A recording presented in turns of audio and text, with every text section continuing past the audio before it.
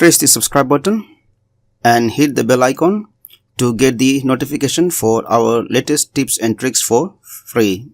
Hi everyone and welcome to my YouTube channel, and today in this video we will see how to remove Google account from your Note 8.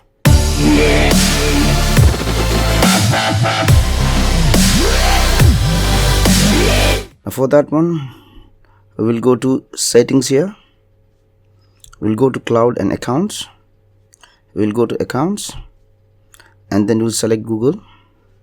So right now I have these 4 Google accounts which is in my Note 8. So if I want to remove any of that one, then I will tap on it and you will see these 3 dotted icons here. Tap on it and select remove account.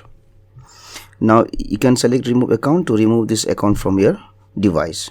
Now you can see I have only 3 accounts in my Note 8. So this is how you will delete Google account from your Note 8. Now in case if you want to add the account again, you'll go back, you will select add account, you will select Google from here,